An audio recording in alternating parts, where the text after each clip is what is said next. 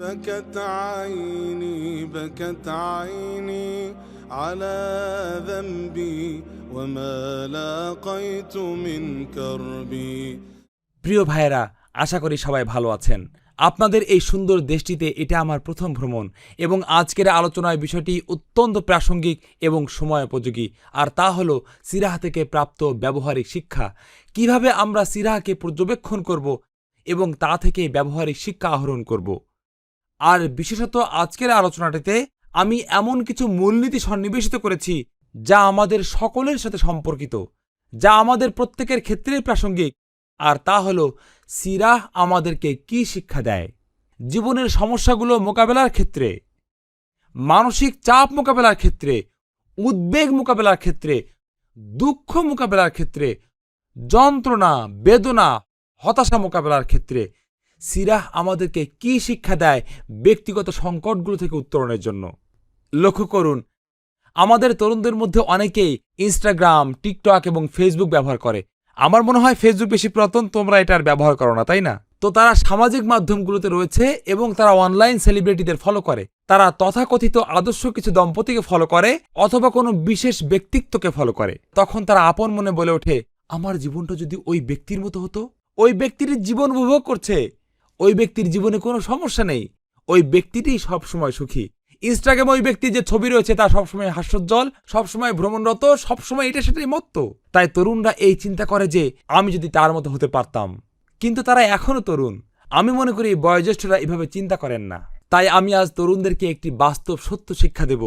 তোমাদেরকে এটা উপলব্ধি করতে হবে, এই পৃথিবীতে এমন কেউ নেই, কোনো একজন মানুষও নেই, আজকের এই উপস্থিতির মধ্যে এমন কেউ নেই, আমি সহ, যার হৃদয়ে কোনো অশান্তি নেই, যার মধ্যে উদ্বিগ্নতা এবং মানসিক চাপ নেই।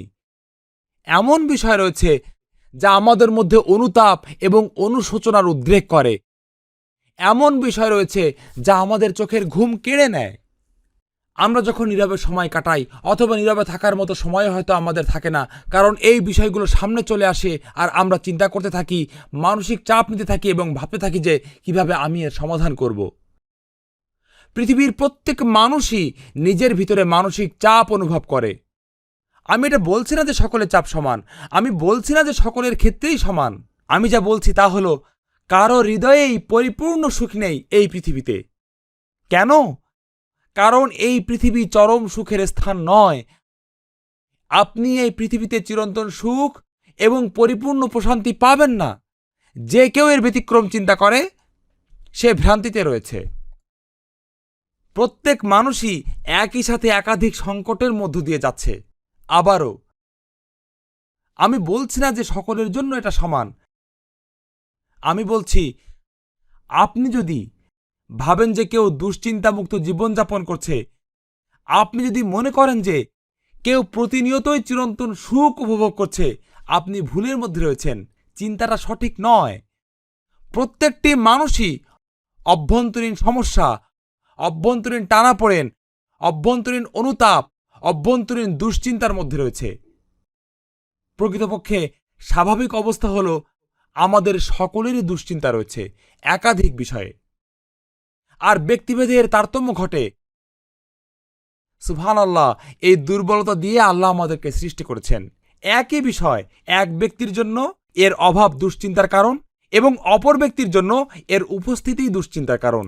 একই বিষয়, যদি তা থাকে তাহলে দুশ্চিন্তা, যদি তা না থাকে তাহলেও দুশ্চিন্তা। আমি আপনাদেরকে সুপরিচিত একটি উদাহরণ দিচ্ছি, টাকা। আমরা প্রায় সকলেই বেশি বেশি টাকার আকাঙ্ক্ষা করি। আমরা প্রায় সকলেই টাকার জন্য সংগ্রাম করছি। আমরা আপন মনে চিন্তা করি, আমি যদি ওই লক্ষ্যে পৌঁছতে পারতাম। আপনার লক্ষ্যটি কি আমি ঠিক বলতে পারছি না। হয়তো 1 কোটি টাকা, 10 কোটি টাকা, আমি বলতে পারছি না। আমি যদি সেই লক্ষ্যে পৌঁছতে পারি আমি সুখী হব। সুবহানাল্লাহ, আপনি যদি বিষয়টা বুঝতে পারতেন, আমি প্রতিজ্ঞা করে বলতে পারি সম্পদশালী ব্যক্তিদেরও প্রধানতম দুশ্চিন্তার বিষয় হলো তাদের সম্পদ। তারা মানসিক চাপে থাকে তাদের সম্পদের কারণেই। আপনারা জানেন আমেরিকায় যখন শেয়ার বাজার ধস নামে কে আত্মহত্যা করে? মাল্টিমিলিয়নিয়াররা, ধনী এবং অভিজাতরাই আত্মহত্যা করে। সম্পদ পরিচালনা ও ব্যবস্থাপনার দুশ্চিন্তা, এবং এই সম্পদ হারানোর ভয়। আর আমাদের যাদের তা নেই, আমরা দুশ্চিন্তাগ্রস্ত, কারণ আমাদের তা নেই। আল্লাহ কিছু মানুষকে পরীক্ষা করেন, তাদের সন্তান হয় না। সন্তান না থাকার দুশ্চিন্তা তাদেরকে মারাত্মক উদ্বিগ্ন করে রাখে। তারা মনে করে যদি শুধু আমাদের সন্তান থাকতো আমরা সুখী হতাম। আর আল্লাহ আমাদের যাদেরকে সন্তান প্রদান করে ধন্য করেছেন, সম্ভবত আমাদের দুশ্চিন্তার প্রধান কারণ হলো সেই সন্তান। এই দাড়ি যে সাদা বর্ণ ধারণ করেছে, কারণ আলহামদুলিল্লাহ আমার 3টে টিনএজ সন্তান রয়েছে, কিন্তু এই সন্তানদের কারণে দুশ্চিন্তা তৈরি হয়। যার এটা রয়েছে সে এজন্য দুশ্চিন্তাগ্রস্ত, যার এটা নেই সেও এজন্য দুশ্চিন্তাগ্রস্ত। আপনাদের কেউ কেউ অবিবাহিত, এখনো বিয়ে করেননি। আপনার দুঃখী মন ভাবে যে যখনই আমি বিয়ে করব চিরন্তন সুখ লাভ করব, কিন্তু বিবাহিতরা বাস্তবতা জানেন। তো মূল বিষয়টি হলো আল্লাহ এই ব্যাপারটিকে এই পৃথিবীতে সার্বজনীন করে দিয়েছেন। দুশ্চিন্তা সার্বজনীন, উদ্বিগ্নতা সার্বজনীন, অন্তর্গত দ্বন্দ্ব, দুশ্চিন্তা, সবসময় কোনো কিছু নিয়ে চিন্তিত থাকা, এটা মানব প্রকৃতির অংশ। কারণ প্রিয় ভাইয়েরা, চিন্তামুক্ত জীবনযাপন, ভীতিহীন জীবনযাপন, উৎকণ্ঠামুক্ত জীবনযাপন, সেটা আপনার সামনে অপেক্ষা করছে জান্নাতে। সেটাই দারুস সালাম। দারুস সালাম কি? এটা তানজানিয়ার রাজধানী না, দুটি নাম একই, কিন্তু এই দারুস সালামের কথা আমরা বলছি না। আল্লাহ দারুস সালামের দিকে আহ্বান করছেন। দারুস সালাম এটা তো অবশ্যই জান্নাত, কিন্তু দারুস সালাম বলতে কি বোঝায়? দারুস সালাম অর্থ এমন আবাস যাতে কোনো দুশ্চিন্তা নেই, এমন বাসস্থান যা চিরন্তন সুখের, প্রশান্তির আবাস। আল্লাহ আপনাকে দারুস সালামের প্রতি আহ্বান জানাচ্ছেন। আপনি এই পৃথিবীতে দারুস সালাম পাবেন না, আপনাকে শুরু থেকেই এটা বুঝতে হবে। দারুস সালাম হলো যার আকাঙ্ক্ষা আপনি করেন, সেটাই লক্ষ্য, সেটাই গন্তব্য, সেটা এই পৃথিবীতে অনুপস্থিত। তো আমরা আলোচনাটি শুরু করলাম, এটা হচ্ছে ভূমিকা। এটা পরিষ্কার করার জন্য যে পৃথিবীতে প্রত্যেকটি মানুষ, আপনাদের প্রত্যেকেই এবং আমরা সকলেই, আমি সহ, অন্তর্নিহিতভাবে অনেক বিষয় রয়েছে যা আমাদেরকে উদ্বিগ্ন করে এবং যন্ত্রণা, বেদনা ও অনুতাপ সৃষ্টি করে। আমরা ভবিষ্যৎ নিয়ে চিন্তিত, আমরা অর্থসংস্থান নিয়ে চিন্তিত, আমরা পিতামাতা নিয়ে চিন্তিত, পরিবার, কাজকর্ম, নিরাপত্তা, সমাজ, দেশ, সরকার, যুদ্ধবিগ্রহ, তৃতীয় বিশ্বযুদ্ধ, ফিলিস্তিন, গাজা, এভাবে চলতেই থাকবে। আমরা কিভাবে উপকৃত হতে পারি সিরা থেকে এই দুশ্চিন্তা এবং মানসিক চাপ মোকাবেলায়? এটাই আজকের আলোচ্য বিষয়। এখন সময় সীমিত, আপনারা সম্ভবত জানেন যে এর পূর্বে আমি এই বিষয়ে 5-7 ঘন্টার দিনব্যাপী আলোচনা করেছি। এখন আমাদের হাতে শুধু 1 ঘন্টা সময় রয়েছে। আমি সংক্ষেপে বিষয়গুলো বলবো ইনশাআল্লাহ। তো উপলব্ধি করুন যে এটা মূলত বেশ বড় একটি আলোচনার অংশ এবং আমরা সংক্ষেপে সেটা জানবো ইনশাআল্লাহ বিইজনিল্লাহ। তো আমি সংক্ষেপে আলোচনাটি উপস্থাপন করছি। গুরুত্বপূর্ণ কিছু বিষয় আমরা তুলে ধরব যাতে সকলেই বিষয়টি বুঝতে পারি। আর উপলব্ধি করুন যেটা বেশ বড় আলোচনার চৌম্বকাংশ। আল্লাহ চাইলে অন্য কোনো সময় হয়তো আপনাদের চমৎকার সুন্দর এই দেশে এবং মসজিদে এসে দিনব্যাপী এবং বিস্তারিত আলোচনা করব, আল্লাহ যদি তৌফিক দেন, আলহামদুলিল্লাহ। কিন্তু আজকে সংক্ষেপে আমরা উপকৃত হব ইনশাআল্লাহ। তো আমি শুরু করব গুরুত্বপূর্ণ একটি মূলনীতি দিয়ে, যা আমাদেরকে অবশ্যই বুঝতে হবে যে যদি আল্লাহ সুবহানাহু ওয়া তাআলা সিদ্ধান্ত নিয়ে থাকেন যে দারুস সালাম পরকালে আমাদের জন্য অপেক্ষমান, তাহলে এই পৃথিবী দারুস সালাম হবে না। যার অর্থ প্রত্যেক মানুষই পরীক্ষার সম্মুখীন হবে বিভিন্ন ধরনের দুশ্চিন্তার দ্বারা।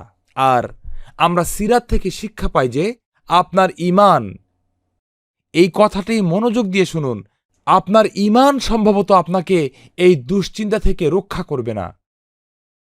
আপনার ঈমান সম্ভবত আপনাকে রক্ষা করবে না উদ্বেগ থেকে, বেদনা থেকে। এটা একটা ভুল ধারণা যা অনেক মুসলিমের রয়েছে। তারা মনে করে যে আমি যদি ধর্মপরায়ণ হই, আল্লাহ আমাকে দুশ্চিন্তা মুক্ত রাখবেন। তারা বিনিময় প্রথার মতো আল্লাহর সাথে লেনদেন করতে চায়। তারা পৃথিবীর সুখ ক্রয় করতে চায় ফজরের নামাজের বিনিময়ে, দানশীলতার বিনিময়ে, জাকাত প্রদানের বিনিময়ে। তারা বলে আমি যদি ভালো মুসলিম হই আমার কোনো দুশ্চিন্তা থাকবে না। আর যদি দুশ্চিন্তা এসে পড়ে, যদি আর্থিক অবস্থা সংকটাপন্ন হয়ে পড়ে, যদি দাম্পত্য কলহ দেখা যায়, যদি পারিবারিক অশান্তি দেখা দেয়, যদি তারা সামাজিকভাবে চাপের সম্মুখীন হয়, তখন শয়তান এসে বলে, আল্লাহ তোমাকে শাস্তি দিচ্ছেন কারণ তুমি খারাপ মুসলিম, তুমি খারাপ হওয়ার কারণেই দুশ্চিন্তাগ্রস্ত। প্রিয় ভাইরা, সিরাতের দিকে দৃষ্টি দিন, সিরাতের দিকে দৃষ্টি দিন। কার ঈমান সবচেয়ে বেশি ছিল গোটা মানব ইতিহাসে? রাসূল সাল্লাল্লাহু আলাইহি ওয়াসাল্লাম। তিনি কি দুশ্চিন্তামুক্ত জীবনযাপন করেছিলেন? তার কাছে কি সবকিছু এনে সোনার পাত্রে হাজির করা হয়েছিল, নাকি তাকে পরীক্ষার সম্মুখীন হতে হয়েছিল? যেমন পরীক্ষা অন্য কোনো মানুষকে করা হয়নি। আমাদের রাসূল সাল্লাল্লাহু আলাইহি ওয়াসাল্লাম এতিম হয়ে জন্মেছিলেন। ৮ বছর বয়সে ৩ বার এতিম হয়েছিলেন। অর্থনৈতিকভাবে তিনি কষ্টে ছিলেন। দীর্ঘদিন যাবৎ দৈনিক লম্বা সময় ধরে কাজ করেছেন কয়েক পয়সার বিনিময়ে রাখাল হিসেবে, যা ছিল সর্বনিম্ন স্তরের কাজ। তিনি অত্যাচার, বিদ্রূপ, উপহাসের শিকার হয়েছিলেন। তার বিরুদ্ধে 5টি গুপ্ত হত্যার চেষ্টা হয়েছিল। তাকে নিজের দেশ থেকে বিতাড়িত করা হয়েছিল। তাকে নির্বাসনে যেতে হয়েছিল, কোনো অর্থ ছাড়া, কোনো সম্পদ ছাড়া। আল্লাহ তাকে 7টি সন্তান দান করেছিলেন। তাদের 6 জনকে তিনি নিজ হাতে দাফন করেছিলেন তার জীবদ্দশায়। আপনি দুশ্চিন্তা নিয়ে কথা বলতে চান? আপনি বেদনা নিয়ে কথা বলতে চান? আপনি দুর্দশা নিয়ে কথা বলতে চান? রাসূল সাল্লাল্লাহু আলাইহি ওয়াসাল্লামের দিকে দেখুন। ঈমান কি তার দুর্দশাকে প্রতিহত করেছিল? হ্যাঁ অথবা না? হ্যাঁ অথবা না? না। এটা কি প্রদর্শন করে? এটা কি প্রদর্শন করে? এই পৃথিবীর পরীক্ষা, এই পৃথিবীর দুর্দশা আপনার ঈমানের সমানুপাতিক নয়, অথবা বিপরীত দিক থেকেও সমানুপাতিক নয়। প্রকৃতপক্ষে মুসলিম হিসেবে আমরা বিশ্বাস করি যে সাধারণ নিয়মটি হলো এর বিপরীত। সহিহ বুখারীতে এসেছে, إن الله تعالى إذا أحب قوما ابتلاهم أشد الناس ابتلاء الأنبياء ثم الأمثل فالأمثل। আল্লাহ যদি কোনো ব্যক্তিকে ভালোবাসেন, তিনি তাকে পরীক্ষা করেন। মানুষের মধ্যে নবীগণই সবচেয়ে বেশি পরীক্ষার সম্মুখীন হয়েছেন, তারপর তাদের কাছাকাছি ব্যক্তিগণ। যখন একটি পরীক্ষা নেমে আসে, যখন জীবন আপনার সামনে দুর্দশা এনে হাজির করে, যখন আপনি উপার্জন হারান, যখন দুশ্চিন্তার ঘন অমানিসা নেমে আসে, শয়তানকে এই সুযোগটি লুফি নিয়ে কথা বলতে দিবেন না যে এটা তোমার প্রতি আল্লাহর শাস্তি, আল্লাহ তোমাকে ঘৃণা করেন, আল্লাহ তোমাকে অবজ্ঞা করেন। না, একজন ঈমানদার এভাবে চিন্তা করে না। আল্লাহ সম্পর্কে একজন ঈমানদার সুধারণা পোষণ করেন। হুসনুজ্জান বিল্লাহ হলো ঈমানের অংশ। আনা ইনদা জান্নি আবদি বি, আল্লাহ সম্পর্কে আপনার সুধারণা পোষণ করতে হবে। তাহলে আমরা কিভাবে চিন্তা করব? আমরা চিন্তা করব, মহান আল্লাহ আমাকে আমার পাপ রাশি থেকে পবিত্র হওয়ার সুযোগ দিচ্ছেন এবং আমার মর্যাদাকে উচ্চকিত করছেন। তিনি আমাকে জান্নাতের উচ্চতর মাকামে অধিষ্ঠিত করতে চান। আল্লাহ আমার মাকামকে উচ্চকিত করতে চান। তো এই পরীক্ষার উদ্দেশ্য হলো আমাকে উচ্চতর স্থানে উন্নতি করা। কিভাবে? কিভাবে?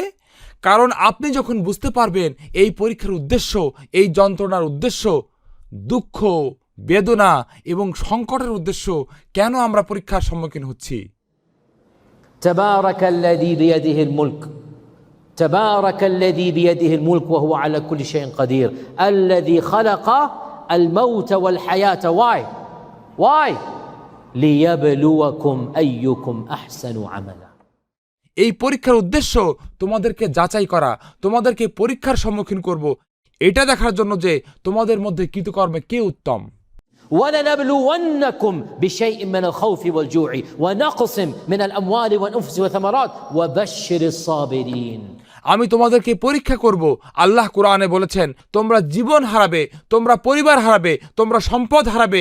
আল্লাহ কোরআনে আরো বলছেন সবরকারীদেরকে সুসংবাদ প্রদান করো, সবরকারীদেরকে পুরস্কৃত করব। ألف لام ميم أحسب الناس أن يتركوا أن يقولوا آمنا وهم لا يفتنون ولقد فتنا الذين من قبلهم فلا يعلمن الله الذين صدقوا ولا يعلمن الكاذبين। মানুষ কি চিন্তা করেছে যে পরীক্ষা ছাড়া তাকে ছেড়ে দেওয়া হবে? তুমি কি মনে করেছো যে আল্লাহ প্রহসন করার জন্য তোমাকে সৃষ্টি করেছেন? না, আমরা তোমাদের পূর্ববর্তীদেরও পরীক্ষা করেছি, তাহলে তোমাদেরকে কেন পরীক্ষা করা হবে না? এবং এই পরীক্ষার উদ্দেশ্য হলো এটা দেখা যে তোমাদের মধ্যে কে সত্য বলছে যখন এই দাবি করে যে সে ঈমান এনেছে, এবং কে মিথ্যা বলছে, প্রতারণা করছে, কে মুনাফিক। পরীক্ষার উদ্দেশ্য খুবই পরিষ্কার। আপনারা জানেন আমি একজন শিক্ষক, আমি ছাত্রদেরকে পড়াই। সেমিস্টারের শেষে আমি কি করি? আমি তাদেরকে পরীক্ষা করি, আমি তাদের উদ্দেশ্যে প্রশ্ন তৈরি করি। পরীক্ষার উদ্দেশ্যটা কি? এটা দেখার জন্য যে কে পড়ছে আর কে পড়েনি, এটা দেখার জন্য যে তারা বিষয়টি বুঝেছে নাকি বুঝেনি। আল্লাহ আমাদেরকে বলছেন জীবন একটি পরীক্ষা, আর জীবনের উদ্দেশ্য এবং এই পরীক্ষার উদ্দেশ্য হলো ليبلوكم أيكم أحسن عملا তিনি আপনাকে পরীক্ষা করবেন আপনার আমল দেখার জন্য। আপনার কি আল্লাহর প্রতি ঈমান রয়েছে, আপনার কি সবর রয়েছে, আপনার কি ইয়াকিন রয়েছে, আপনার কি ইখলাস রয়েছে, আপনার কি তাওয়াক্কুল রয়েছে, আপনার কি দোয়া রয়েছে। ঈমানের এই সকল অনুষঙ্গ সংকট মুহূর্তে প্রকাশিত হয়ে যাবে। আপনি কি প্রদর্শন করেন, আল্লাহর প্রতি ঈমান, আল্লাহর প্রতি সবর, আল্লাহর প্রতি নির্ভরতা, নাকি আপনি মুখ ফিরিয়ে নেন এবং আল্লাহর কাছ থেকে দূরে সরে যান। এটাই পরীক্ষার উদ্দেশ্য। পরীক্ষার উদ্দেশ্য হলো আপনার ঈমানকে বের করে নিয়ে আসা, আল্লাহকে দেখানো যে আমি একজন ঈমানদার, আল্লাহকে দেখানো যে আমি ঈমানের এই সকল অনুষঙ্গ প্রদর্শন করব। তাকওয়া, ইনাবা, ইখলাস, সবর, ইয়াকিন, এই সবগুলোই প্রদর্শিত হতে হবে। কিভাবে এগুলো প্রদর্শিত হবে? এগুলো প্রদর্শিত হবে এই পরীক্ষায় আপনার প্রতিক্রিয়ার মাধ্যমে। কেবলমাত্র পরীক্ষা, সংকট এবং দুর্দশার উপস্থিতি এই লক্ষণ প্রকাশ করে না যে আল্লাহ আপনাকে ভালোবাসেন অথবা ঘৃণা করেন। কারণ আল্লাহ তাদের প্রতি দুর্দশা প্রেরণ করেন যাদেরকে তিনি ভালোবাসেন, তাদের প্রতিও দুর্দশা প্রেরণ করেন যাদেরকে তিনি ঘৃণা করেন। বিষয়টি উপলব্ধি করুন। আল্লাহ দুর্দশা প্রেরণ করেন ঈমানদারদের প্রতি এবং কাফেরদের প্রতি। এটা খারাপ থেকে ভালোকে আলাদা করে না। দুর্দশা এবং সংকটগুলো মূলত পরীক্ষার বিষয় না, বরং এর প্রতিক্রিয়াই হল পরীক্ষার বিষয়। প্রতিক্রিয়া ইবনুল কাইয়িম উল্লেখ করেছেন তার বিখ্যাত গ্রন্থ মানাজিল সাইরিন বাইনা মাদারিজুস সালিকিন বাইনা মানাজিল ইয়াকা না'বুদু ওয়া ইয়াকা নাস্তাইন। মাদারিজুস সালিকিন ইবনুল কাইয়িম উল্লেখ করেছেন, যদি একটি পরীক্ষা এবং দুর্দশা একজন ঈমানদারকে আল্লাহর নিকটে নিয়ে আসে, তার ইখলাস, তার ইবাদা যদি আল্লাহর সাথে তার সম্পর্ককে আরও শক্তিশালী করে, তাহলে বুঝতে হবে যে এই পরীক্ষাটি ছিল আশীর্বাদ স্বরূপ, যা আল্লাহ সেই ঈমানদারকে প্রদান করেছেন। এটা শাস্তি না। কারণ যে কোনো কিছু যা আপনাকে আল্লাহর নিকটে নিয়ে আসে, সেটা আল্লাহর পক্ষ থেকে উপহার। এটা শাস্তি হয় কিভাবে? যে কোনো কিছু যা আপনাকে আরো ভালো মুসলিমে পরিণত করে, যা আপনার জীবনের মূল উদ্দেশ্য নিয়ে চিন্তা করায়, যা নামাজের সৌন্দর্যকে আপনার সামনে পুনরায় উন্মিলিত করে, যা আপনাকে ফজর নামাজে উঠে আল্লাহর কাছে দোয়া করতে উদ্বুদ্ধ করে, যা আপনার ঈমানকে নবায়ন করে, সেটা দুর্দশা নয়, সেটা উপহার, সেটা আশীর্বাদ। আল্লাহ আপনাকে এই উপহার দিতে চেয়েছেন এবং আপনার মর্যাদাকে উচ্চকিত করতে চেয়েছেন, আর সেজন্যই দুর্দশার সময় সবর প্রদর্শিত হবে। আমরা সবর নিয়ে একটু পরে আলোচনা করব, এটা আসলে কি। তো প্রথম মূলনীতি যা আমরা সিরাহ থেকে শিখতে পারি তা হলো, সিরাহ আমাদেরকে শিক্ষা দেয় যে এই জীবন দুর্দশায় পরিপূর্ণ, আর আপনার ঈমানের সরাসরি কোনো ভূমিকা নেই এই দুর্দশা রোধে। আল্লাহ আপনাকে পরীক্ষা করতে পারেন ভালো ঈমান থাকা সত্ত্বেও, আবার আল্লাহ আপনাকে শাস্তি দিতে পারেন খারাপ ঈমান থাকা সত্ত্বেও। মুসিবত এবং দুর্যোগ আল্লাহর করুণা অথবা আল্লাহর আযাবের ইঙ্গিত প্রদান করে না, বরং এটা হলো আপনার প্রতিক্রিয়া। আপনার প্রতিক্রিয়াটি যদি ইতিবাচক হয়, তাহলে দুর্যোগের ছদ্মবেশে সেটা আসলে আল্লাহর করুণা। আল্লাহ আপনাকে তার নিকটবর্তী করতে চেয়েছেন। তো আল্লাহ আজ্জা ওয়াজাল, আমরা উদাসীন অমনোযোগী জীবনযাপন করছিলাম, আর আল্লাহ আমাদের প্রিয় কোনো বস্তু নিয়ে গেলেন। এর ফলে উদাসীনতা দূর হয়ে গেল, আমাদের চক্ষু উন্মুক্ত হয়ে গেল। বাংলা ভাষায় আমরা এটাকে ঘুম ভাঙানির গান বলে থাকি। অর্থাৎ উদাসীনভাবে আপনি কিছু করছেন, সেখান থেকে আপনাকে জেগে উঠতে হবে এবং জীবনের বাস্তবতার মুখোমুখি হতে হবে। কখনো কখনো জীবন এতটাই সহজ হয়ে যায় যে হৃদয় কঠিন হয়ে পড়ে, কিন্তু আল্লাহ জানেন যে আমরা এর চাইতে উত্তম এবং তিনি আমাদের মর্যাদাকে উন্নীত করতে চান। তাই আল্লাহ ছোট্ট একটা সংকট পাঠান, সম্পদের ক্ষতি, জীবনের ক্ষতি, ব্যক্তিগত কিছু বেদনা, কিছুটা যন্ত্রণা, সম্পর্কের কিছুটা ছেদ, আর তখনই আমরা উপলব্ধি করি যে আল্লাহকে আমাদের প্রয়োজন। তখন আমরা আল্লাহর দিকে ফিরে আসি, ফলে আল্লাহর সাথে আমরা নতুন সম্পর্ক ও নির্ভরতা তৈরি করি এবং সেই সম্পর্কে আমরা ভালোবাসতে শুরু করি। আর আমরা উপলব্ধি করি যে এজন্যই আল্লাহ এই দুর্দশাটি পাঠিয়েছেন, কারণ আল্লাহর সাথে এই সম্পর্কটিকে আমি হারিয়ে ফেলছিলাম, আর আল্লাহ চেয়েছেন যাতে সেই সম্পর্কটি পুনর্জীবিত করতে পারি। এটা তো শাস্তি না, এটা আশীর্বাদ। এখন সামনে এগিয়ে যাবার আগে একটি প্রশ্ন। যখন আল্লাহ কাউকে ভালোবাসেন, তখন তাকে পরীক্ষার সম্মুখীন করেন। আর রাসূল সাল্লাল্লাহু আলাইহি সাল্লাম যেহেতু বলেছেন আল্লাহর প্রিয় বান্দারা সবচেয়ে বেশি পরীক্ষার সম্মুখীন হয়, সেক্ষেত্রে আমাদের কি অধিক কাঠিন্যের আকাঙ্ক্ষা করা উচিত? আমাদের কি আল্লাহকে বলা উচিত যে আমাদের জন্য পরীক্ষা পাঠান? হ্যাঁ নাকি না? জীবন আরো কঠিন হবে, এটাই কি আমাদের প্রত্যাশা হওয়া উচিত? না, আপনারা সঠিক জবাব দিয়েছেন। কিন্তু তাহলে কিভাবে আমরা এই পরস্পর বিরোধী মতামতের সমাধান করব? কারণ মনে হচ্ছে যে এখানে মতবিরোধ তৈরি হচ্ছে। আল্লাহ যদি কাউকে ভালোবাসেন, তিনি তাকে পরীক্ষা করেন। আপনি কি আল্লাহর প্রিয় হতে চান? হ্যাঁ। আপনি কি আরো বেশি পরীক্ষা চান? এটাই সেই মতবিরোধ। কিভাবে আপনি এই মতবিরোধের সমাধান করবেন? প্রশ্নটি কি বুঝতে পেরেছেন? কিভাবে এই মতবিরোধের সমাধান করবেন? খুবই সহজ। শুনুন এবং মনোযোগ দিয়ে শুনুন।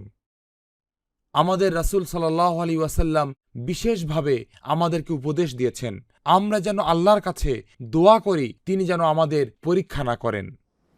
সালিল্লাহ আল আফিয়া আল্লাহুম্মা ইন্নী আসআলুকা আল আফিয়া। এটা নবীজির বাণী। রব্বানা আতিনা ফিদ দুনিয়া ওয়া ফিল আখিরাহ। আমরা হাসানা চাই, আমরা পরীক্ষা চাই না, আমরা সমস্যা চাই না, আমরা ইবতিলা চাই না। রব্বানা লা তুহাম্মিলনা মা লা তাকাতনা বিহি ওয়া'ফু আন্না। আর আফিয়া হলো পরীক্ষা থেকে সুরক্ষিত থাকা। তো কুরআন এবং সুন্নাহ অত্যন্ত সুস্পষ্ট, আমরা অতিরিক্ত পরীক্ষা চাই না। তাহলে এই মতবিরোধ, ধাঁধা, অন্তর্দ্বন্দ্ব এবং বৈপরীত্যের সমাধান কি? সমাধানটি খুবই সহজ। আপনি অতিরিক্ত পরীক্ষা চাইবেন না, কারণ আপনি জানেন না যে সেই পরীক্ষায় পাশ করবেন নাকি ফেল করবেন। যদি ফেল করেন সেটা একটা বড় সমস্যা। যেহেতু আপনি এটা জানেন না, আপনি বলবেন, ও আল্লাহ, আমি কোনো পরীক্ষা চাই না, আমাকে একটি সহজ জীবন প্রদান করুন। কিন্তু আল্লাহ যখন পরীক্ষা অবতীর্ণ করেন এবং তিনি আপনাকে বাছাই করেন, আপনি নিজে চাইছেন না, বরং আল্লাহ আপনাকে বাছাই করেছেন। যখন আল্লাহ আপনাকে একটি পরীক্ষার জন্য বাছাই করেন, যখন আল্লাহ একটি দুর্যোগ প্রেরণ করেন যা শুধু আপনার জন্য, অন্য কারোর জন্য না, তখন উপলব্ধি করবেন যে অবস্থা পরিবর্তিত হয়েছে। আপনি বাছাই করেননি, আল্লাহ বাছাই করেছেন। আর যখন আল্লাহ বাছাই করেন, এটা দ্বারা কি বোঝায়? এটা দ্বারা বোঝায় আল্লাহ জানেন যে আপনার উত্তীর্ণ হওয়ার সামর্থ্য রয়েছে, কারণ আপনার সামর্থ্যের বাইরে আপনাকে পরীক্ষা করা হবে না। লা ইউকাল্লিফুল্লাহু নাফসান ইল্লা উসআহা। যখন আল্লাহ কোনো পরীক্ষার জন্য আপনাকে বাছাই করেন, এর দ্বারা আল্লাহ এটা প্রকাশ করছেন, তিনি আপনার কাগজে ছিল মেরে দিচ্ছেন, আমি জানি তুমি উত্তীর্ণ হবে। আপনি হয়তো জানেন না সফল হতে পারবেন, আল্লাহ জানেন আপনি সফল হবেন। হয়তো নিজের উপর সন্দেহ করতে পারেন, আমি এটা পারবো না। না, আপনার দ্বারা সম্ভব, আপনি পারবেন এবং আপনার পারা উচিত। কিভাবে এটা জানলেন? কারণ আপনি পরীক্ষার মধ্যে রয়েছেন। আর আপনি যদি পরীক্ষার মধ্যেই থাকেন, এর মাধ্যমে আল্লাহ ইঙ্গিত দিচ্ছেন যে আপনি উত্তীর্ণ হতে সক্ষম। আপনার চাওয়া যে পরীক্ষা দেন, পরীক্ষা পরীক্ষা বনাম আল্লাহর বাছাই করা। আপনি পরীক্ষা চাইবেন না, কারণ আপনি জানেন না যদি পরীক্ষা আসে আমি সফল হব নাকি ফেল করব, তাই আমি পরীক্ষা চাই না। কিন্তু আল্লাহ যদি বাছাই করেন, তাহলে উত্তীর্ণ হওয়ার নিশ্চয়তা রয়েছে। আবারও মনোযোগ দিয়ে বিষয়টি শুনুন। যখন আল্লাহ আপনাকে একটি পরীক্ষার জন্য বাছাই করেন, আল্লাহ জানেন যে আপনি সফল হতে পারবেন। এর অর্থ কি এটা যে আপনি অবশ্যই সফল হবেন? না, আল্লাহ শুধুমাত্র প্রদর্শন করছেন যে আমি জানি তুমি সফল হতে সক্ষম। আপনি হয়তো অকৃতকার্য হবেন, সেটার দায় আপনার উপর।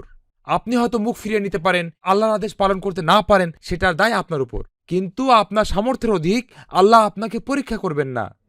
রব্বানা লা তুহাম্মিলনা মা লা তাকাতা লানা বিহি। কাউকেই তার সামর্থ্যের অতিরিক্ত পরীক্ষা করা হবে না। এখন আপনি নিজে কৃতকার্য হবেন নাকি অকৃতকার্য হবেন সেটা ভিন্ন বিষয়, কিন্তু আপনাকে আপনার সীমার মধ্যে পরীক্ষা করা হবে। আল্লাহ আপনাকে পরীক্ষা করবেন আপনার তওয়াক্কা, আপনার কুদরা, আপনার সামর্থ্য অনুযায়ী। ঠিক আছে, এটুকু পরিষ্কার?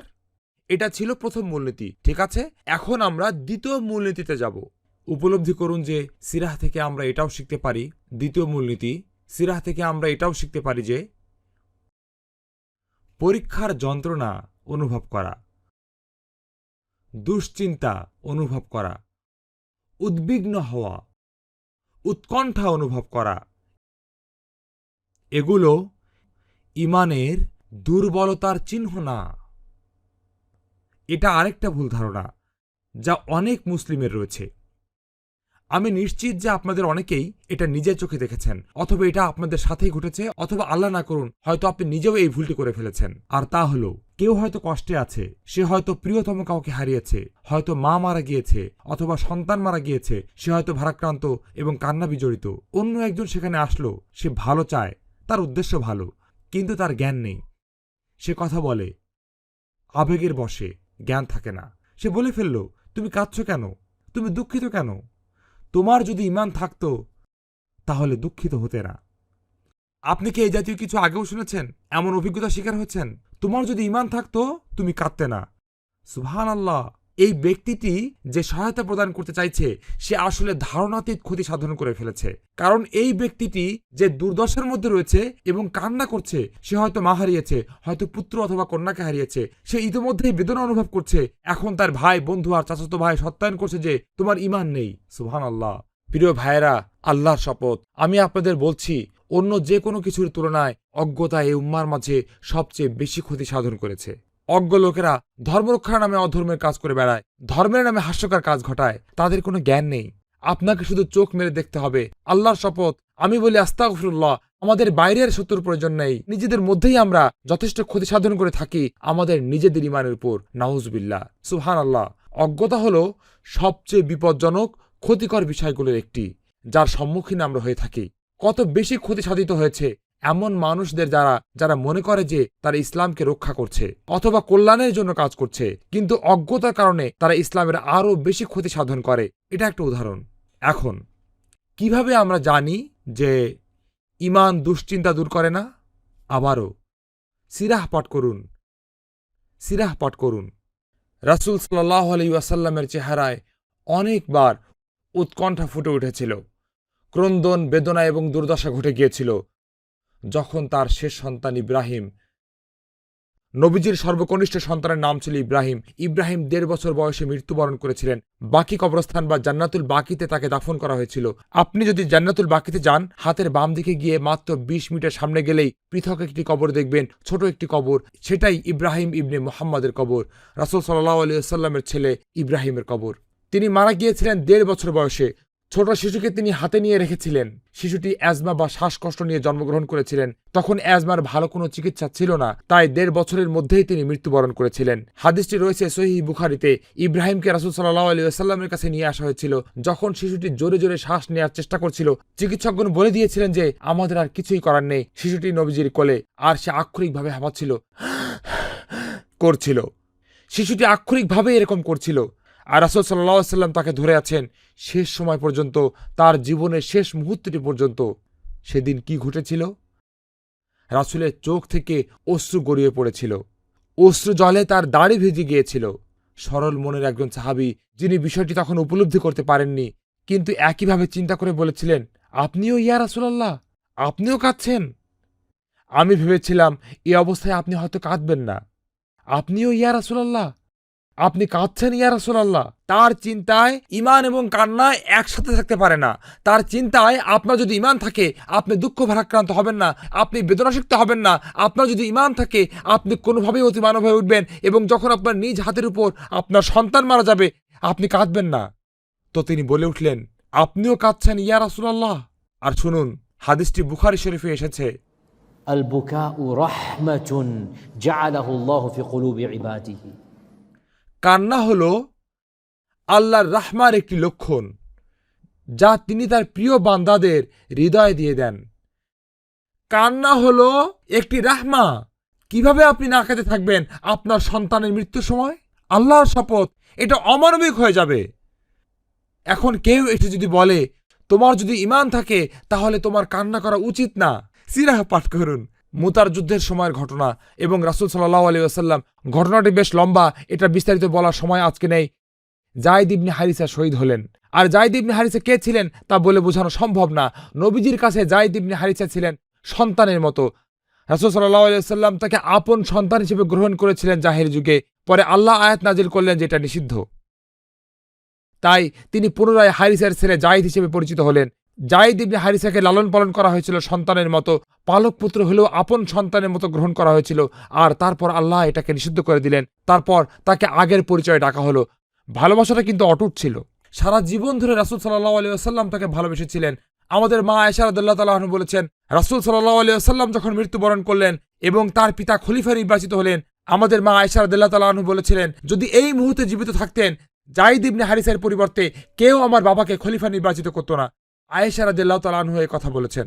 আপনি কি জানেন যায়েদকে? মহান আল্লাহ তার নাম এবং শুধু তারই নাম কোরআনে উল্লেখ করেছেন। একমাত্র সাহাবী যাকে কোরআনে নাম ধরে উল্লেখ করা হয়েছে তিনি যায়েদ। ইনি যায়েদ ইবনে হারিসা। فلما قضى زيد منها وطرا ইনি যায়েদ ইবনে হারিসা। এইরকম উচ্চ মাকামে যায়েদ ইবনে হারিসা অধিষ্ঠিত হয়েছিলেন। যায়েদ ইবনে হারিসা দুঃখজনক মৃত্যুবরণ করেছিলেন। সেটা ছিল অপ্রত্যাশিত মৃত্যু। তিনি ৭ম হিজরিতে মুতা যুদ্ধে শহীদ হয়েছিলেন। সেই সময়ে আল্লাহ রাসূল সাল্লাল্লাহু আলাইহি ওয়াসাল্লামকে একটি মুজিজা প্রদান করেছিলেন। তিনি মদিনায় ছিলেন, কিছু সংখ্যক সাহাবীও মদিনায় ছিলেন, আর যায়েদ ছিলেন মুতার যুদ্ধের সেনাপতি, যেটা ছিল তাবুকের কাছাকাছি, সিরিয়া সীমান্তের কাছাকাছি, এবং সেখানে যায়েদ রোমান সৈন্যদের উপস্থিতিতে হতচকিত হয়ে পড়েছিলেন। তারা আকস্মিকভাবে আক্রান্ত হয়েছিলেন। আরবদের সাথে তাদের যুদ্ধ করার কথা ছিল। আরবরা ভয় পেয়ে গিয়েছিল, উত্তর প্রান্তের আরব গোত্রগুলো ভয় পেয়ে গিয়েছিল, তাই তারা রোমানদেরকে ডেকে এনেছিল। তারা পরাশক্তি রোমানদেরকে অর্থ প্রদান করেছিল যাতে তারা মুসলিমদের বিরুদ্ধে যুদ্ধ করে। প্রসঙ্গক্রমে এমন ঘটনা আমাদের সময়ও প্রায় ঘটে থাকে। মুসলিমরা এই অমুসলিমদেরকে ডেকে আনে। কিন্তু এখন রাজনীতি নিয়ে আলোচনা করতে চাই না, আসুন সিরাতে ফিরে যাই। তো এই আরব গোত্র কুরাইশ না, হ্যাঁ, তাদের নাম ছিল গাসসানি। গাসসানিরা ভয় পেয়ে গেল, আমরা যুদ্ধ করতে চাই না। তারা রোমানদেরকে অর্থ প্রদান করলো, আমাদের জন্য একটি সেনাবাহিনী প্রেরণ করো। এটাই একমাত্র সময় যখন রাসূল সাল্লাল্লাহু আলাইহি ওয়াসাল্লামের জীবদ্দশায় সাহাবীগণ তৎকালীন পরাশক্তি রোমান সাম্রাজ্যের সাথে সংঘর্ষে জড়িয়ে পড়েছিলেন। এটাই একমাত্র যুদ্ধ। রাসূল সাল্লাল্লাহু আলাইহি ওয়াসাল্লামের মৃত্যুর পরে তাদের সাথে অনেকগুলো যুদ্ধ হবে, এই মুহূর্তে এটাই প্রথম। সম্পূর্ণ অপ্রত্যাশিত। তারা এর জন্য প্রস্তুত ছিলেন না। রোমান সাম্রাজ্য ছিল তৎকালীন পরাশক্তি। তাদের ছিল অস্ত্রশস্ত্র, তাদের ছিল বর্ম, তাদের ছিল প্রশিক্ষণ, তাদের ছিল সেনাবাহিনী। এই মুহূর্তে সাহাবীদের জয়ী হওয়া সম্ভব ছিল না।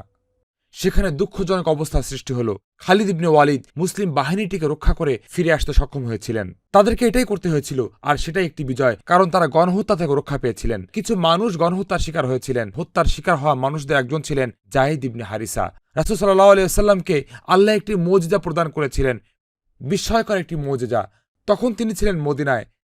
যায়েদ ছিলেন ৯০০ কিলোমিটার বা উত্তর দিকে ৭৫০ কিলোমিটার দূরে। আর আল্লাহ একটি জানালা উন্মুক্ত করে দিলেন মদিনা থেকে তাবুক পর্যন্ত, মুতা পর্যন্ত, তাবুকের কাছাকাছি। আর রাসূল সাল্লাল্লাহু আলাইহি ওয়াসাল্লাম যুদ্ধটি সরাসরি দেখছেন। সাহাবীগণ তার চারপাশে ছিলেন। তিনি যুদ্ধের বর্ণনা দিচ্ছেন ঠিক যেমনটা তিনি দেখছেন। ঘটনার পর ঘটনা তিনি যুদ্ধটি সরাসরি বর্ণনা করছেন। আমাদের মা আয়েশা রাদিয়াল্লাহু তাআলা আনহা তার নিজের ঘরে বসেছিলেন। এখানে এই দরজাটি দেখতে পাচ্ছেন, রাসূল সাল্লাল্লাহু আলাইহি ওয়াসাল্লামের ঘরটি এরকম দরজা দিয়ে মসজিদের সাথে সংযুক্ত ছিল। মিম্বারটি এখানে। তার ঘরের দেয়ালটি ছিল মসজিদের দেয়াল। তার জন্য একটি প্রাইভেট দরজা ছিল, যা শুধুমাত্র তিনি ব্যবহার করতেন ঠিক এই জায়গাতে। আপনি যদি রাসূল সাল্লাল্লাহু আলাইহি ওয়াসাল্লামের মসজিদে যান, আপনি দেখতে পাবেন যে কবরটি এই দিকে অবস্থিত। সেটাই ছিল তার ঘর। আমাদের মা আয়েশা পর্দার আড়ালে বসে রয়েছেন। তিনি রাসূল সাল্লাল্লাহু আলাইহি ওয়াসাল্লামকে সরাসরি দেখতে পাচ্ছেন। হাদিসটি বুখারী শরীফে রয়েছে। হাদিসটি এখন শুনুন। হাদিসটি তাদের জন্য যারা বলে, তোমার যদি ঈমান থাকে তুমি উদ্বিগ্ন হবে না, তোমার যদি ঈমান থাকে তাহলে কান্না করো কিভাবে, তাহলে মানসিক চাপে থাকো কিভাবে। সহিহ বুখারীর এই হাদিসটি শুনুন। আমাদের মা আয়েশা বলেছেন, আমি রাসূল সাল্লাল্লাহু আলাইহি ওয়াসাল্লামের চেহারার দিকে তাকিয়েছিলাম যখন যায়েদের মৃত্যু সংবাদ রাসূল সাল্লাল্লাহু আলাইহি ওয়াসাল্লামের কাছে পৌঁছল। তিনি যায়েদকে শহীদ হতে দেখলেন। রোমানদের নিক্ষিপ্ত একটি বর্ষা এসে তার গোটা শরীরকে শূন্যে তুলে ফেলে এবং মাটিতে ছুঁড়ে ফেলে তাকে হত্যা করে। আর রাসূল সাল্লাল্লাহু আলাইহি ওয়াসাল্লাম এটা দেখছেন। আমাদের মা আয়েশা বলেছেন, রাসূল সাল্লাল্লাহু আলাইহি ওয়াসাল্লাম বাকরুদ্ধ হয়ে গেলেন। তার চেহারা রক্তশূন্য হয়ে গেল। তিনি কথা চালিয়ে যেতে পারলেন না, আর তিনি বসে পড়লেন নিজেকে সামলে নেয়ার জন্য।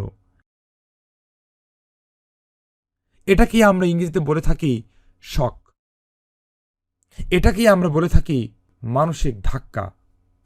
চেহারা বিবর্ণ। তিনি কথা অব্যাহত রাখতে পারছেন না। তিনি পারছেন না। আপন সন্তানের মতো যাকে ভালোবেসেছিলেন তাকে নির্মমভাবে নিহত হতে দেখছেন। তিনি বক্তব্য অব্যাহত রাখতে পারলেন না। বেদনার রেখা স্পষ্টভাবে তার চেহারায় ফুটে উঠেছিল। উৎকণ্ঠা এবং যন্ত্রণা সকলের কাছে স্পষ্ট হয়ে গিয়েছিল। কেউ কি গিয়ে বলতে পারত যে কেন আপনি দুঃখ ভারাক্রান্ত? আপনার যদি ঈমান থাকে তাহলে তো আপনার দুঃখিত হওয়ার কথা না। অবশ্যই জীবনের দুর্দশাগুলো হৃদয়ে দুশ্চিন্তা সৃষ্টি করবে। অবশ্যই যন্ত্রণা হৃদয়ে যন্ত্রণার উদ্রেক করবে, আঘাত মানুষকে আহত করবে। তিনি কি রক্তাক্ত হননি? উহুদের যুদ্ধে তিনি কি একাধিকবার রক্তাক্ত হননি? কেন? কারণ তিনি একজন মানুষ। আর মানুষ হলে আপনি আবেগ অনুভব করবেন, যন্ত্রণা অনুভব করবেন, আপনি কাঁদবেন, দুঃখ ভারাক্রান্ত হবেন, আপনি দুশ্চিন্তা বোধ করবেন। আর এগুলোর কোনোটাই দুর্বল ঈমানের চিহ্ন না। এগুলো কোনোটাই প্রকাশ করে না যে আল্লাহর সাথে আপনার সম্পর্ক ছিন্ন হয়ে গেছে। না। কিভাবে আপনি কান্না অথবা দুঃখবোধ না করে থাকবেন যখন যন্ত্রণা আপনাকে স্পর্শ করবে? আপনি রক্ত মাংসের মানুষ। আপনি তো ফেরেশতা হয়ে যাননি শুধুমাত্র ধার্মিক হওয়ার মাধ্যমে। এমনকি সিরাতের আরেকটি ঘটনায় আমাদের রাসূল সাল্লাল্লাহু আলাইহি ওয়াসাল্লাম আক্ষরিকভাবেই কান্নায় ভারাক্রান্ত হয়ে গিয়েছিলেন। ঘটনাটি চমৎকার। ৬ষ্ঠ হিজরিতে রাসূল সাল্লাল্লাহু আলাইহি ওয়াসাল্লাম তখন একটি অভিযান থেকে ফিরে আসছিলেন হুদায়বিয়া চুক্তি শেষে। তো পথে তারা একটি স্থান অতিক্রম করছিলেন। রাস্তা দিয়ে অগ্রসর হবার পরিবর্তে রাসূল সাল্লাল্লাহু আলাইহি ওয়াসাল্লাম হঠাৎ মরুভূমির দিকে চলে গেলেন। তিনি মরুভূমির দিকে চলে গেলেন। প্রসঙ্গক্রমে অনেক মানুষ এটা জানে না যে মক্কা এবং মদিনা মাঝে মহাসড়ক ছিল, চিহ্নিত রাস্তা ছিল, পায়ে হাঁটা পথ ছিল। যদিও পথটি কাকর বিছানো ছিল না, পিচ ঢালা ছিল না, কিন্তু পথটি সবার জানা ছিল। এছাড়া বিভিন্ন চিহ্ন থাকত যাতে পথ চেনা যায়। রাসূল সাল্লাল্লাহু আলাইহি ওয়াসাল্লাম ঘুরে মরুভূমির দিকে চলে গেলেন। ৫০০ জন সাহাবী নীরবে তার সাথে চলে গেলেন। তাদের একজনও বলেননি, ইয়া রাসূলুল্লাহ আপনি কোথায় যাচ্ছেন, রাস্তা তো এই দিকে। একজনও বলেননি।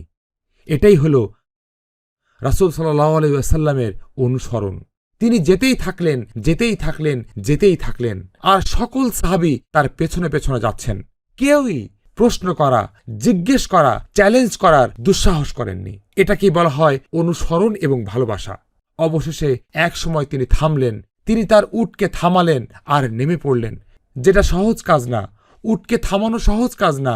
উট থেকে নামা, উটে চড়া এগুলো কষ্টসাধ্য কাজ। তিনি তা করলেন আর তিনি হেঁটে আরও সামনে গেলেন। ৫০০ জন সাহাবীর সকলেই তাদের উট থামালেন, উট থেকে নামলেন এবং তার সাথে হাঁটতে লাগলেন। তিনি বসে পড়লেন মরুভূমির মাঝখানে। তেমন বিশেষ কিছু মনে হচ্ছিল না। তিনি বসে পড়লেন আর ৫০০ জনের সকলেই তার সাথে বসে পড়লেন। তবুও কেউ হাত তুলে বললেন না যে ইয়া রাসূলুল্লাহ আমরা কি করছি। একজনও না। এটাকেই বলা হয় নেতৃত্ব, এটাকেই বলা হয় সম্মান প্রদর্শন। তারপর তিনি মাটির দিকে ইঙ্গিত করলেন এবং বললেন, হাযা কবরু উম্মি আমিনা। এটা আমার মা আমিনার কবর। তিনি ব্যাখ্যা করলেন যে তিনি এখানে কি করছেন। এটা আমার মা আমিনার কবর এবং আমি আল্লাহর কাছে তার কবরটা দেখার অনুমতি চেয়েছিলাম আর তিনি আমাকে সেই অনুমতি দিয়েছেন। মূলত এজন্যই আমরা এখানে এসেছি। এবং শুধুমাত্র একবারই তিনি আমিনার কবরের কাছে গিয়েছিলেন, শুধুমাত্র একবারই। কেন? কারণ সিরা থেকে যদি স্মরণ করে দেখেন তিনি মারা গিয়েছিলেন মরুভূমির মাঝখানে, মক্কা এবং মদিনার মধ্যবর্তী পুরাতন সড়কে। পুরাতন সড়ক যা এখন আর ব্যবহৃত হয় না। নতুন সড়কটি যা রাসূল সাল্লাল্লাহু আলাইহি ওয়াসাল্লাম ব্যবহার করছিলেন সেটি ছিল পুরাতন সড়কটি থেকে অনেক দূরে। তিনি সড়কটি চিনতেন কারণ তার বয়স ছিল ৬ বছর। আমিনার কথা তার পরিষ্কার মনে ছিল, তাই না? তিনি জানতেন ঠিক কোন জায়গায় কবরটি অবস্থিত।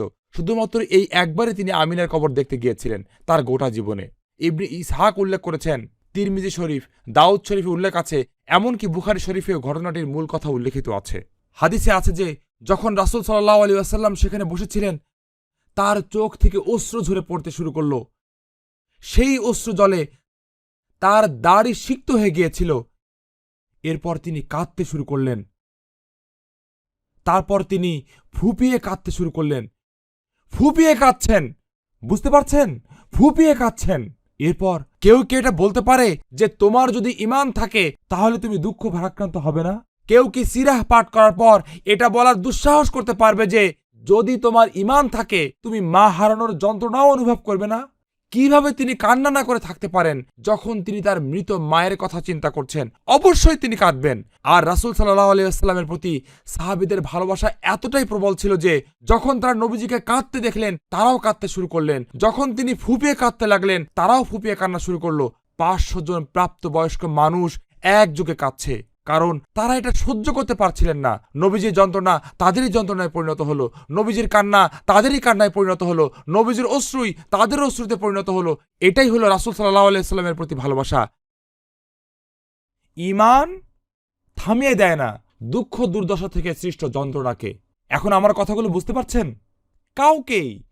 কাউকেই ইসলামের নামে অন্য কিছু শিক্ষা দেওয়ার সুযোগ দিবেন না, সেটা হবে মিথ্যা কথা। আপনার যদি ঈমান থাকে আপনি বেদনা অনুভব করবেন, ঠিক যেভাবে একটি ছুরি দিয়ে যদি আপনার হাত কেটে যায় সেখান থেকে কি রক্ত বেরোবে না এজন্য যে আপনি ঈমানদার? একইভাবে যখন রক্তক্ষরণটি হয় অভ্যন্তরীণ, যেটি অন্তরের রক্তক্ষরণ, আপনি কি তাতে যন্ত্রণা, দুশ্চিন্তা, বেদনা অনুভব করবেন না? তো এই সবগুলো স্বাভাবিক, অন্য কেউ যাতে ভিন্ন কিছু শেখাতে না পারে। ঠিক আছে, সুন্দর। আসুন পরবর্তী মূলনীতিতে যাই। এক্ষেত্রে আপনার জন্য আমার একটি প্রশ্ন রয়েছে। যদি ঈমান, এটা ঠিক আছে, যদি ঈমান বিপদ আপদকে প্রতিরোধ করতে না পারে, এটা প্রথম মূলনীতি। আর ঈমান যদি বিপদ আপদ থেকে সৃষ্ট যন্ত্রণাকে রোধ করতে না পারে, এটা দ্বিতীয় মূলনীতি। সেক্ষেত্রে প্রশ্ন হলো ঈমান তাহলে কি করে? এখন আসছে তৃতীয় মূলনীতি। ঈমান বিপদ আপদকে প্রতিরোধ করবে না। ঈমান আপনাকে কোটিপতি বানিয়ে দেবে না। আপনাকে যন্ত্রণা সহ্য করতে হবে, আপনাকে অর্থনৈতিক সংকটে পড়তে হবে, আপনাকে দাম্পত্য সমস্যা পড়তে হবে, আপনাকে সামাজিক সমস্যার সম্মুখীন হতে হবে, পারিবারিক, সামাজিক এবং বাণিজ্যিক পলিটিক্সের শিকার হতে হবে, আপনাকে সকল ধরনের অবস্থার সম্মুখীন হতে হবে। ঈমান এগুলিকে প্রতিহত করবে না। ঈমান আপনার হৃদয়কে অন্তর্নিহিত বেদনা থেকেও রক্ষা করবে না। ঈমান তাহলে কি করবে? এটাই তৃতীয় মূলনীতি। ঈমান ভূমিকা পালন করে আধ্যাত্মিক থেরাপি হিসেবে, হৃদয়ের যন্ত্রণাকে উপশম করার জন্য, মনের ভারকে লাঘব করার জন্য, যন্ত্রণা সত্ত্বেও আপনার জীবন অব্যাহত রাখতে সাহায্য করার জন্য, যাতে পরবর্তী গন্তব্যের দিকে জীবনকে এগিয়ে নিতে পারেন। ঈমান এটাই করে থাকে। ঈমান যন্ত্রণার জন্য কুশনের মতো কাজ করে থাকে। ঈমান আপনাকে স্বাচ্ছন্দ্য প্রদান করবে যখন গোটা পৃথিবী আপনার জন্য রুক্ষ হয়ে যাবে। ঈমান আপনাকে সাহস দিবে, ঈমান আপনাকে আশা দেবে যখন পৃথিবীকে মনে হবে আশাহীন। ঈমান এটাই করে থাকে। পৃথিবী যতই অন্ধকার, বিবর্ণ এবং কালো হোক, ঈমান আপনাকে সম্মুখে অগ্রসর হওয়ার জন্য উজ্জ্বল আলোক রশ্মি প্রদান করে, আলোর রেখার ইঙ্গিত প্রদান করে। ওয়ালাল-আখিরাতু খায়রুল লাকা মিনাল উলা, আগামীর দিনটা গতকালের তুলনায় উত্তম হবে। ঈমান আপনাকে আশাবাদ, সাহস, ভরসা প্রদান করে এবং যন্ত্রণাকে সম্পূর্ণভাবে দূর না করলেও যন্ত্রণাকে মোকাবেলা করতে এবং জীবনের পরবর্তী ধাপে অগ্রসর হতে সহায়তা করে। ঈমান এটাই করে। ঈমান হলো আধ্যাত্মিক থেরাপি। ঈমান হলো এমন, ধরুন আপনার হাত পড়ে গেছে, আপনি তখন তার উপর মলম প্রয়োগ করেন, এটা স্বস্তি প্রদান করে, এটাই ঈমান। পোড়া ক্ষতটি কিন্তু এখনো উপস্থিত, যন্ত্রণা এখনো উপস্থিত। আমাকে এখানে পরিষ্কার করে বলতে হবে, আল্লাহর প্রতি আপনার ঈমান সর্বদা এই পোড়া ক্ষতটি সারিয়ে তোলে না। কখনো এটা সারিয়ে তোলে, কখনো কখনো কিছু সময় পর যন্ত্রণা সেরে যায়, কিন্তু কখনো কখনো এমনকি মৃত্যু পর্যন্ত এই যন্ত্রণা রয়ে যায়, এরকম ঘটে থাকে। কিন্তু ঈমান এই যন্ত্রণা লাঘব করবে এবং যন্ত্রণার বোঝা বহন করতে আপনাকে সামর্থ্য করে তুলবে। সেই বোঝাটি যেমনই হোক, সেই দুঃখ দুর্দশা যত কঠিনই হোক, যন্ত্রণার পরিমাণ যাই হোক, আল্লাহর প্রতি ঈমান আপনাকে সেই যন্ত্রণা বহন করার সক্ষমতা প্রদান করবে। যন্ত্রণাটি হয়তো থেকে যাবে, হয়তো এটা চলে যাবে, আপনি জানেন না, কিন্তু ঈমান আপনাকে সাহস এবং স্বস্তি প্রদান করবে জীবনের সমস্যাগুলোকে মোকাবেলা করার জন্য। ঈমান এমনটাই করে থাকে। এটাই ঈমানদার এবং কাফেরের মধ্যে পার্থক্য। এই মূলনীতি বুঝতে পেরেছেন? ঈমান দুঃখ দুর্দশাকে রোধ করে না, এটা দুঃখ দুর্দশা থেকে সৃষ্ট যন্ত্রণাকেও রোধ করে না, কিন্তু এটা আপনাকে সেরে উঠতে সহায়তা করে, এটা দুঃখ দুর্দশার ব্যবস্থাপনা করতে সহায়তা করে। দুঃখ দুর্দশার উপস্থিতি সত্ত্বেও ঈমান আপনার প্রয়োজনীয় সহায়তা প্রদান করবে। এটা কিভাবে হয়ে থাকে? আল্লাহর প্রতি বিশ্বাসের সাথে সম্পর্কিত বিভিন্ন অনুষঙ্গ দ্বারা। তো তৃতীয় মূলনীতিটি বেশ জটিলতাপূর্ণ, অর্থাৎ এর অনেকগুলো উপবিভাগ রয়েছে, যেমন 3-এর ক, 3-এর খ, 3-এর গ, 3-এর ঘ। এই সবগুলো নিয়ে আলোচনা করার সময় আজকে নেই, কিন্তু এটা বুঝুন যে সকল ধারণা যার বিষয়বস্তু হলো আল্লাহর সাথে আমাদের সম্পর্ক। যেমন তাওয়াক্কুল। তাওয়াক্কুল হলো তাদের একটি আল্লাহর প্রতি ভরসা, যেটাই ঘটছে তা ঘটছে একটা বিশেষ কারণ এবং উদ্দেশ্যে। তাকদীরের প্রতি ঈমান ও দুঃখ দুর্দশা মোকাবেলায় আপনাকে উপলব্ধি করতে হবে যে কোনো কিছু উদ্দেশ্যহীনভাবে ঘটে না। আমরা তাকদীরে বিশ্বাস করি, গাছের একটি পাতাও আল্লাহর ইচ্ছা ছাড়া পড়ে না। কুল লান ইউসিবানা ইল্লা মা কাতাবাল্লাহু লানা। সবর। সবর হলো দুঃখ দুর্দশা মোকাবেলার সর্বোত্তম পন্থাগুলোর একটি। এখন আমরা সংক্ষেপে জানবো সবর আসলে কি। এক্ষেত্রেও ভুল ধারণা রয়েছে। বহু সংখ্যক মানুষের দৃষ্টিতে সবর হলো কান্না না করা, আর আমি সিরা থেকে আপনাদের দেখিয়েছি যে রাসূল সাল্লাল্লাহু আলাইহি ওয়াসাল্লামও কেঁদেছিলেন। তাই কান্না না করাটা সবর হতে পারে না, তাই না? সবরের সাথে যন্ত্রণা অনুভবের কোনো সম্পর্ক নেই, এটা ভুল ধারণা। আপনার যদি ঈমান থাকে আপনার সবর থাকবে, আর তাদের কাছে সবর অর্থ আপনি কাঁদবেন না। এটা কোথা থেকে পেলেন? কে আপনাকে বলেছে যে সবর অর্থ যন্ত্রণাহীনতা, সবর অর্থ দুশ্চিন্তাহীনতা, সবর অর্থ কান্না না করা? কোথা থেকে পেলেন?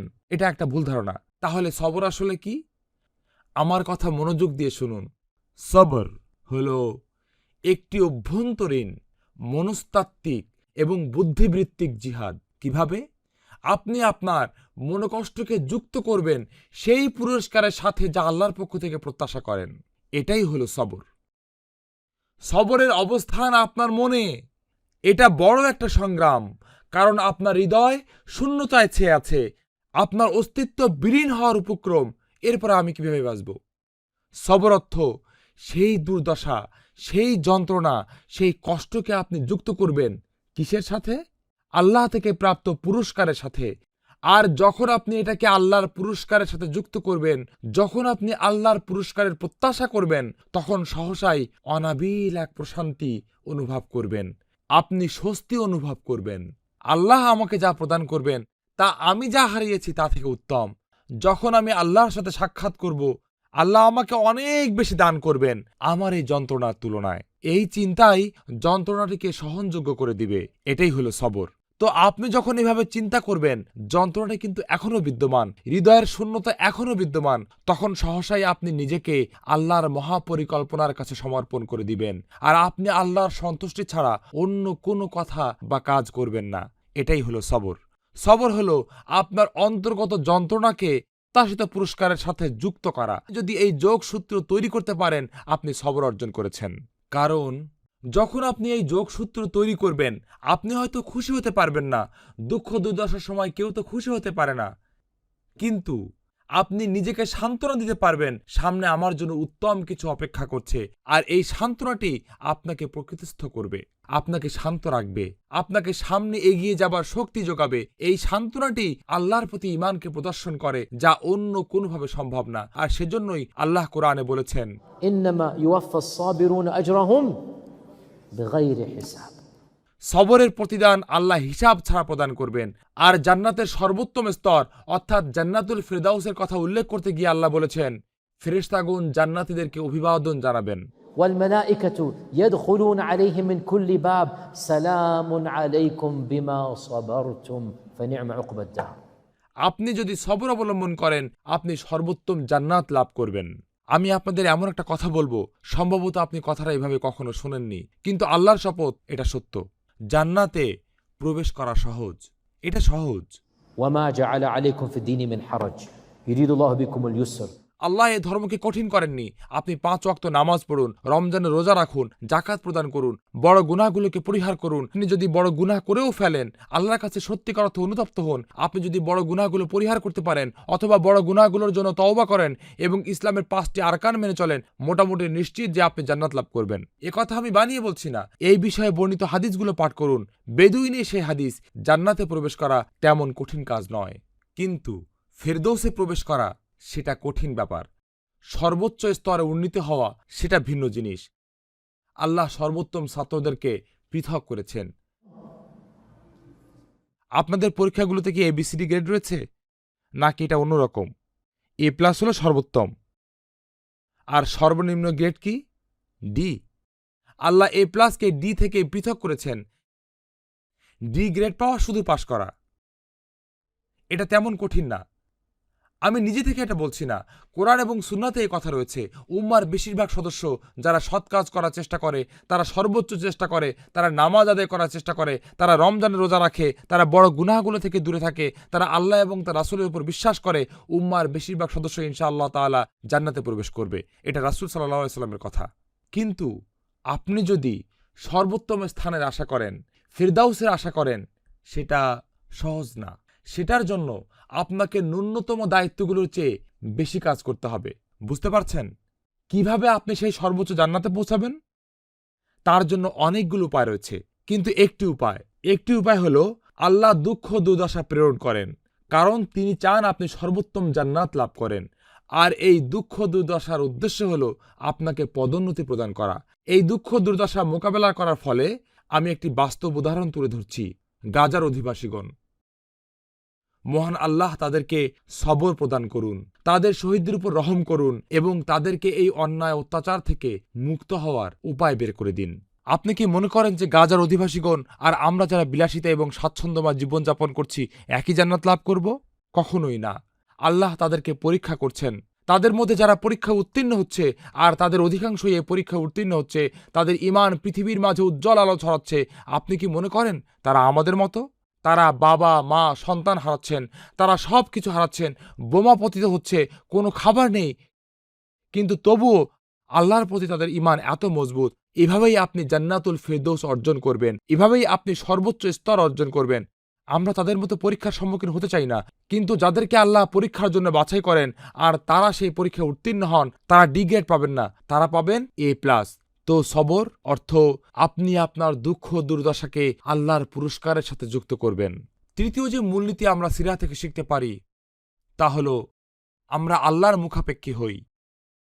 আমরা নিজেদেরকে স্মরণ করিয়ে দেই তাকদীর এবং তাওয়াক্কুলের কথা। আমরা আল্লাহর উপর ভরসা করি। আল্লাহ বিশেষ একটি উদ্দেশ্য এবং প্রজ্ঞার কারণে নির্দিষ্ট পরিস্থিতি তৈরি করেন। আমি হয়তো বুঝতে পারি না, আমি হয়তো জানি না, কিন্তু আল্লাহ জানেন। وعسى أن تكرهوا شيئا وهو خير لكم وعسى أن تحبوا شيئا وهو شر لكم قل لن يصيبنا إلا ما كتب الله لنا هو مولانا। আল্লাহ যা নির্ধারিত করে রেখেছেন তার চেয়ে বেশি কিছু আমার ঘটবে না। আর এই বিষয়টা নোট করে রাখুন, এই বিষয়ে নিজ থেকে পরে অধ্যয়ন করবেন। সূরা কাহাফ এবং মুসা ও খিজিরের ঘটনা, সেখানে 3টে বিষয় ঘটেছিল। নিজে থেকে পড়ে দেখবেন। এই বিষয়ে আমার সম্পূর্ণ একটি আলোচনা রয়েছে, আমি একটি বইও লিখেছি। মুসা এবং খিজিরের সাথে 3টি ঘটনা ঘটেছিল। শুরুতে এর প্রত্যেকটাই ছিল দুঃখজনক, কিন্তু সবর অবলম্বন করলে সেই দুঃখজনক ঘটনা কিসে পরিণত হয়? আশীর্বাদে। পরবর্তীতে যখন আপনি কোনো দুঃখ দুর্দশার শিকার হবেন, নিজেকে সেই পিতামাতার স্থানে কল্পনা করবেন যারা সন্তান হারিয়েছিলেন এবং নিজেকে সেই এতিমদের স্থানে কল্পনা করবেন যারা অর্থনৈতিক সংকটে পড়েছিল। এই মুহূর্তে জীবন কঠিন, কিন্তু আল্লাহর নিজস্ব প্রজ্ঞা রয়েছে আর শেষটা সর্বদা দেখায় যে কেন এই দুর্দশা ঘটেছে। আপনি যদি আল্লাহর উপর ভরসা করেন তাহলে সবর করুন। তো তৃতীয় মূলনীতিটি হলো আপনি আল্লাহর মুখাপেক্ষী হন। আপনি নিজেকে জীবন এবং মৃত্যুর উদ্দেশ্য স্মরণ করিয়ে দিন। আপনি নিজেকে সবরের কথা স্মরণ করিয়ে দিন। আপনি আল্লাহর কাছে হিসাবের চেতনা জাগ্রত করুন। আপনি তাকদীরের বিশ্বাসের কথা স্মরণ করুন। আর এই সকল ধারণাগুলোই আপনাকে দুর্দশায় স্বস্তি এবং স্বাচ্ছন্দ্য প্রদান করবে ইনশাআল্লাহ। এটাই ছিল তৃতীয় মূলনীতি। তো তৃতীয় মূলনীতিটি ছিল ঈমান কি করে? এটা আপনাকে যন্ত্রণায় স্বস্তি প্রদান করে, এটা জীবনকে চালিয়ে নিতে সহায়তা করে, তার মাঝে আশা জাগ্রত করে। এটা সম্ভব হয় বিভিন্ন রকম অনুষঙ্গের দ্বারা: দোয়া, ইখলাস, নির্ভরতা, তাকদীরের উপর ঈমান, সবর, এই ধরনের সকল অনুষঙ্গ। এখন চতুর্থ মূলনীতিতে যাবার আগে একটা কথা, সময় সীমিত, আমাকে সংক্ষেপে দ্রুত আলোচনা করতে হবে। সবর। কিভাবে সবর অর্জন করা যায়? কিভাবে অর্জন করা যায় সবর? কখনো কখনো এটা ঘটে, মানুষের উপর দুঃখ দুর্দশা নেমে আসে আর সে নিজে নিজেই বলে ওঠে, আমি এটা মেনে নিতে পারছি না, এটা আমার সহ্য সীমার বাইরে, আমি সবর অবলম্বন করতে পারছি না, আমি কখনোই চিন্তা করিনি যে আমার সাথে এমনটা ঘটবে, এই কারণে আমি সবর অবলম্বন করতে পারছি না। কিভাবে একজন মানুষ সবর অর্জন করবে? সিরা থেকে প্রাপ্ত এটাও চমৎকার আরেকটি মূলনীতি যা আপনাদেরকে শিক্ষা দেব। আর কেবলমাত্র এই শিক্ষাটুকুই যদি আজকের এই গোটা আলোচনা থেকে আমরা শিখতে পারি, ইনশাআল্লাহ এটা যথেষ্টের চেয়েও বেশি হবে। আশা করি আরও পেয়েছি, এটুকুই যথেষ্ট। কিভাবে একজন মানুষ সবর অর্জন করবে? আমাদের রাসূল সাল্লাল্লাহু আলাইহি ওয়াসাল্লাম আমাদেরকে শিখিয়েছেন একটি চমৎকার এবং চমৎকার মূলনীতি। হাদিসটি রয়েছে বুখারী শরীফে। ওয়ামান ইয়াতাসাব্বার ইউসাব্বিরহুল্লাহ, ওয়ামান ইয়াতাসাব্বার ইউসাব্বিরহুল্লাহ। যে আন্তরিকভাবে সবরের আকাঙ্ক্ষা করে, আল্লাহ তাকে সবর প্রদান করবেন। আমি আবারও বলছি, যে আন্তরিকভাবে সবরের আকাঙ্ক্ষা করে, আল্লাহ তাকে সবর প্রদান করবেন। সম্ভবত আপনারা এই বাক্যটির প্রকৃত শক্তি উপলব্ধি করতে পারছেন না। আসুন অন্যভাবে কথাটা বলি, এটা হাদিস নয়, আমি কথার কথা বলছি। যদি আমি বলি যে 1 কোটি টাকার আকাঙ্ক্ষা করে, সে 1 কোটি টাকা পাবে। আপনারা কি মনে করেন আপনাদের মধ্যে কেউ 1 কোটি টাকা পাওয়ার আকাঙ্ক্ষা করবে না? আমি আপনাদেরকে বলছি, সবর 1 কোটি টাকার চেয়েও আপনার জীবনে বেশি উপকারী। আর আল্লাহ শপথ, এটা সত্য কথা, সমগ্র পৃথিবীর চেয়েও সবর আপনার জীবনে বেশি উপকারী। আর আপনাকে বলা হচ্ছে যে আপনি এটা পাবেন বিনামূল্যে। আপনারা বুঝতে পারছেন এই আশীর্বাদটা কি? সবর অর্জনের জন্য আপনাকে শুধু এর আকাঙ্ক্ষা করতে হবে। আপনি শুধু আকাঙ্ক্ষা করেন তাহলেই পেয়ে যাবেন। এর চেয়ে সহজ আর কিছু হতে পারে? আর এটাই আমরা শিখতে পারি সিরা থেকে, কোরআন থেকে। واصبر وما صبرك إلا بالله ولربك فاصبر. It's in the Quran. وما صبرك إلا بالله. আল্লাহ আপনাকে সবর প্রদান করবেন। আপনি যদি সবর চান, আপনাকে শুধু যা করতে হবে তা হলো আকাঙ্ক্ষা। আন্তরিকভাবে আকাঙ্ক্ষা করুন, আল্লাহর কাছে চান, আল্লাহ আপনাকে সবর প্রদান করবেন। এটা এতটাই সহজ। তো জেনে রাখুন, কারোরই প্রতারিত হওয়া উচিত না শয়তানের দ্বারা। শয়তান এসে বলে, ও এটা আমার সহ্য সীমার বাইরে, আমি এই কষ্টটা আর নিতে পারছি না, আমি সবর করতে পারছি না। জানেন এটা দ্বারা আসলে কি প্রকাশিত হচ্ছে? এটা দ্বারা প্রকাশিত হচ্ছে আমি সবর অর্জনের পরোয়া করি না, সেজন্যই আমার সবর নেই। এটা এ কারণে যে আপনি যেই দুঃখ দুর্দশার মধ্যে থাকেন, জেনে রাখুন আল্লাহ আপনার কাঙ্ক্ষিত সবর প্রদান করবেন। প্রসঙ্গক্রমে আপনি হয়তো দুর্দশা শুরুতে এটা নাও পেতে পারেন, যখন দুঃসংবাদে শুনবেন তখনই সবর নাও পেতে পারেন। কিন্তু আল্লাহ আপনাকে নিশ্চয়তা দিচ্ছেন, আপনার যত বেশি সবর প্রয়োজন আপনি তা পাবেন। যত বেশি প্রয়োজন আল্লাহ সরাসরি আপনার হৃদয়ে তা দিয়ে দিবেন। আল্লাহ আপনার হৃদয়কে উন্মুক্ত করে দিবেন এবং তাতে সবর ঢেলে দিবেন সেই অনুপাতে যতটুকু আপনি চেয়েছেন। এটা এতটাই সহজ। ومن يتصبر يصبره الله. যে সবরের আকাঙ্ক্ষা করে এবং সংগ্রাম করে, আল্লাহ তাকে প্রত্যাশিত সবর প্রদান করবেন। পরবর্তী মূলনীতিতে যাচ্ছি ইনশাআল্লাহ। আমার হাতে আর 10 মিনিট বাকি আছে। 4 নম্বর মূলনীতি। সিরাহ আমাদেরকে শেখায় আরেকটি গুরুত্বপূর্ণ শিক্ষা, আর তা হলো আমরা কখনো সুযোগ দেব না একটি দুর্দশা অথবা যন্ত্রণাকে, যাতে এটা আমাদের সকল কাজকে বন্ধ করে দিবে এবং হতাশা চক্রে আমরা ঘুরপাক খেতে থাকব। না না না না না না, আমরা কখনো হাল ছেড়ে দেব না, আমরা কখনোই হাল ছেড়ে দেব না। আমরা পথ চলা অব্যাহত রাখব, আমরা আমাদের কর্মযজ্ঞ, সংগ্রাম এবং জীবনধারা অব্যাহত রাখব। যাই ঘটুক আমরা থেমে যেতে পারি না এবং এই বলে অচল হয়ে পড়ে থেকে বলতে পারি না যে আমি হাল ছেড়ে দিলাম। না, গোটা সিরাই একের পর এক দুর্যোগ মোকাবেলায়, একের পর এক কৌশল গ্রহণের ঘটনায় সমৃদ্ধ। এই দুর্দশা এবং সমস্যাগুলো সমাধানে আপনি সর্বোচ্চ চেষ্টা করবেন। আপনার যদি কাজ না থাকে, কাজের সন্ধানে নেমে পড়েন, নতুন দক্ষতা অর্জন করুন। আপনি ঘরে বসে কথা বলতে পারবেন না যে আমার তো কোনো কাজ নেই, আমি তো কিছুই করতে পারছি না। সিরা আমাদেরকে শিক্ষা দিচ্ছে যে আপনি চেষ্টা করতে থাকুন। প্ল্যান এ দিয়ে চেষ্টা করুন, এটা কাজ করছে না, প্ল্যান বি দিয়ে চেষ্টা করুন, প্ল্যান সি দিয়ে চেষ্টা করুন। আপনার এই সবগুলো দরজায় করাঘাত করা অবস্থাতেই আল্লাহ নতুন একটি দরজা উন্মুক্ত করে দিবেন। আপনি হয়তো এখন এতে করা নাড়েননি, আল্লাহ সেই দরজা উন্মুক্ত করে দিবেন, কারণ আপনি অন্য সকল দরজায় করা নেড়েছেন। তো এই বিষয়ে উদাহরণ দেওয়ার মতো সময় নেই, কিন্তু এই মূলনীতিটি জেনে রাখুন। আর গোটা সিরা এই উদাহরণে পরিপূর্ণ। কখনো হাল ছেড়ে দিবেন না, কখনো কোনো দুর্দশাকে সুযোগ দিবেন না যাতে এটা আপনার কর্ম প্রচেষ্টাকে থামিয়ে দিতে পারে। মানে এগিয়ে যাবার জন্য আপনার অবশ্যই নিজেকে বল প্রয়োগ করতে হবে, আপনাকে অবশ্যই জীবনের পরবর্তী ধাপে অগ্রসর হতে হবে। আর যদি কোনো বিষয়ের সমাধান করার সক্ষমতা থাকে, আপনাকে এটা সমাধানের চেষ্টা করতে হবে, আপনাকে এটা সমাধানের চেষ্টা চালিয়েই যেতে হবে এবং কখনোই হাল ছেড়ে দিবেন না যতক্ষণ পর্যন্ত না আপনার রবের সাক্ষাৎ লাভ করেন, কারণ এই প্রচেষ্টার মাঝে বিচার দিবসে আপনার মুক্তি নিহিত রয়েছে। সিরাহ আমাদেরকে শিক্ষা দেয় আপনি কখনো ব্যর্থ হবেন না, কখনোই হাল ছেড়ে দেবেন না। সর্বদা আপনার সাহস, দৃঢ় সংকল্প এবং প্রেরণা অব্যাহত থাকতে হবে। অবিরত সমস্যার সমাধান করতে থাকবেন। Plan A, plan B, plan C, plan D, যতক্ষণ পর্যন্ত না সমস্যা শেষ হয়ে যাবে অথবা আপনি আপনার প্রভুর সাথে সাক্ষাৎ করবেন। ওয়া'বুদ রাব্বাকা হাত্তা ইয়াতিয়াকাল ইয়াকিন। এক্ষেত্রে থেমে যাবার সুযোগ নেই। আর এটা ইমানদার এবং কাফেরের মধ্যে পার্থক্যগুলোর একটি। একজন ইমানদার কখনোই হাল ছেড়ে দেয় না, একজন ইমানদার প্রতিনিয়ত চেষ্টা করে এবং চেষ্টা করে। সর্বশেষ মূলনীতিতে আমরা রয়েছি, সময় সীমিত। পঞ্চম মূলনীতিটি হল সিরাহ আমাদেরকে শিক্ষা দেয় যে দুঃখ দুর্দশার সময় বিশেষ কিছু কাজ আমাদের জন্য সহায়ক হবে। ঠিক আছে, সিরাহ আমাদেরকে শিক্ষা দেয় নির্দিষ্ট কিছু আচার অনুষ্ঠান এবং কার্যাবলী যন্ত্রণা প্রশমনে সহায়তা করবে।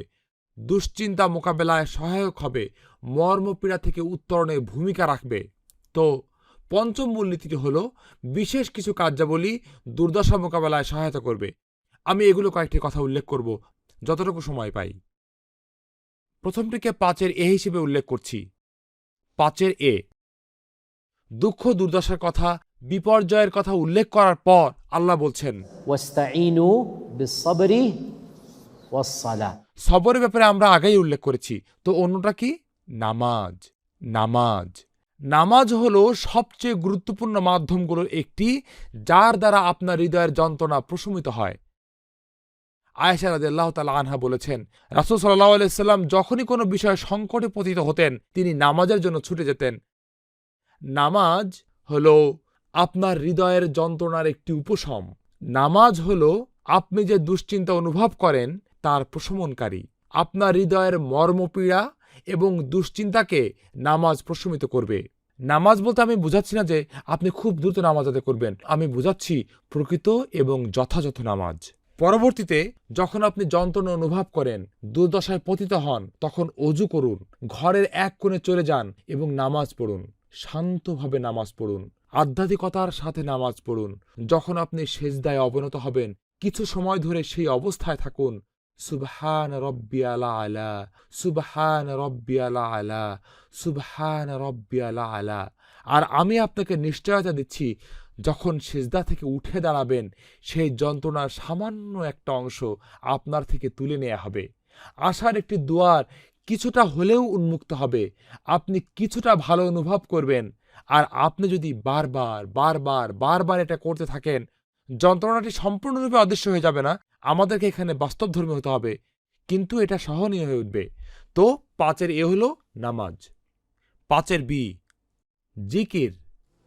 আলা বিযিকরিল্লাহি তাতমাইন্নুল কুলুব। আর জিকিরগুলোর মধ্যে নির্দিষ্ট দুটি জিকির দুঃখ দুর্দশাতে কাজে লাগে। নির্দিষ্ট দুটি জিকির, এর সংখ্যা আরো বেশি, কিন্তু আমাদের সময় সীমিত। দুঃখ দুর্দশার সময় সবচেয়ে গুরুত্বপূর্ণ জিকিরের কথা কোরআনে উল্লেখ রয়েছে। আল্লাযীনা ইযা আসাবাতহুম মুসিবাতুন ক্বালু ইন্না লিল্লাহি ওয়া ইন্না ইলাইহি রাজিউন।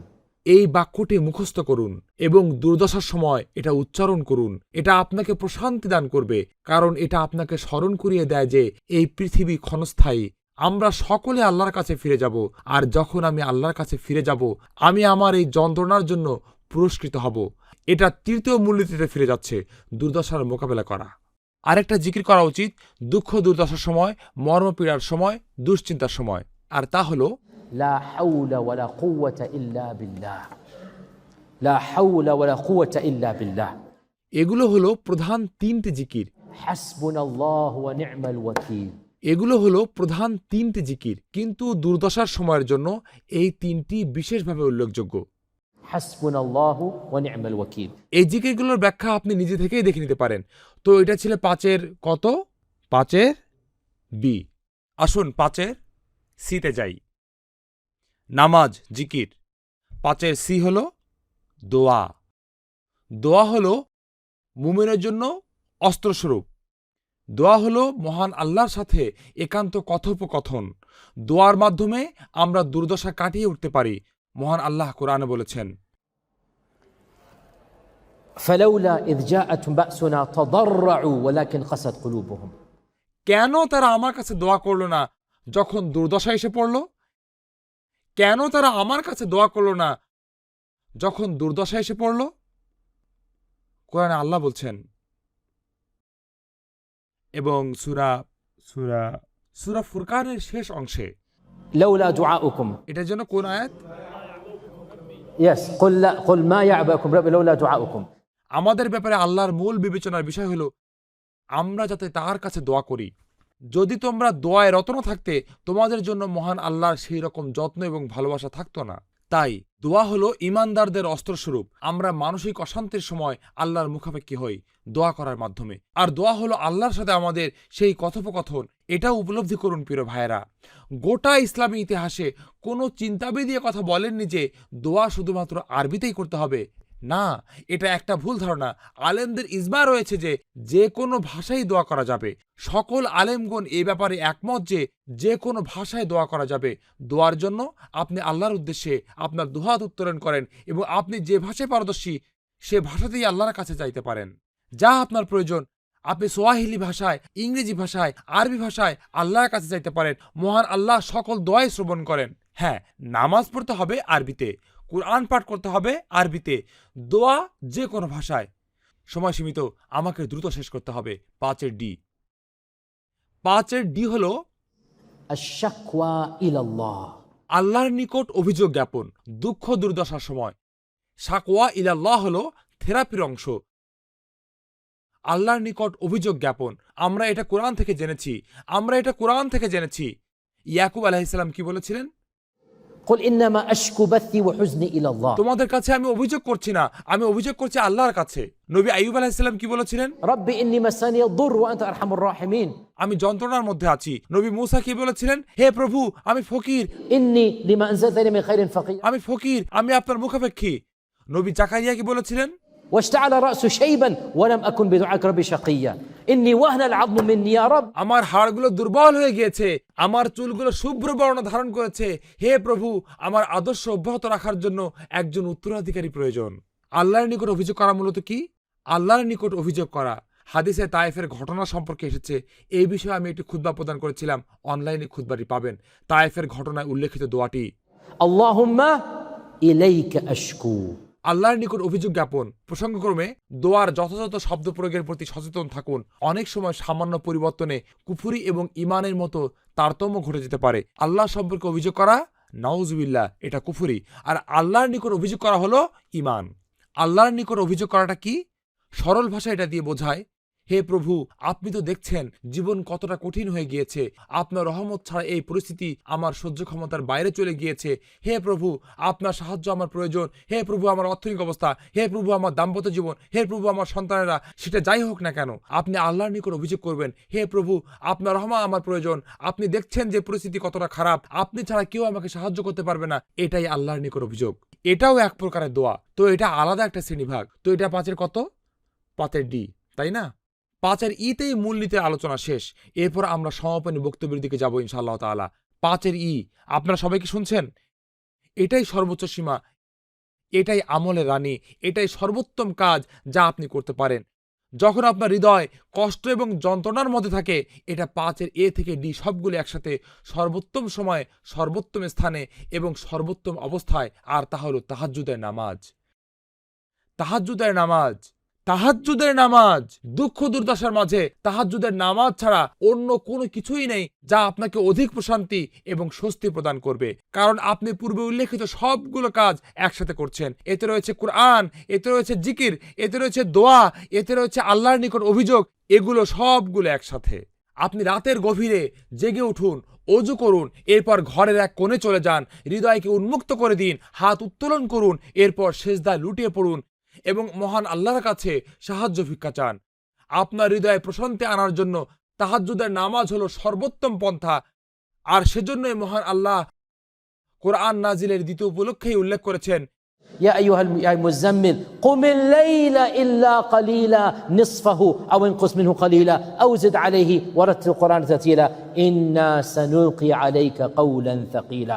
জীবন কঠিন হয়ে উঠবে ইয়া রাসূলুল্লাহ, আপনার প্রচারিত বাণীটি বেশ ভারী, সেজন্যই আপনার তাহাজ্জুদ পড়া উচিত। লক্ষ্য করুন কিভাবে কার্যকরণ এবং ফলাফল সম্পর্কযুক্ত।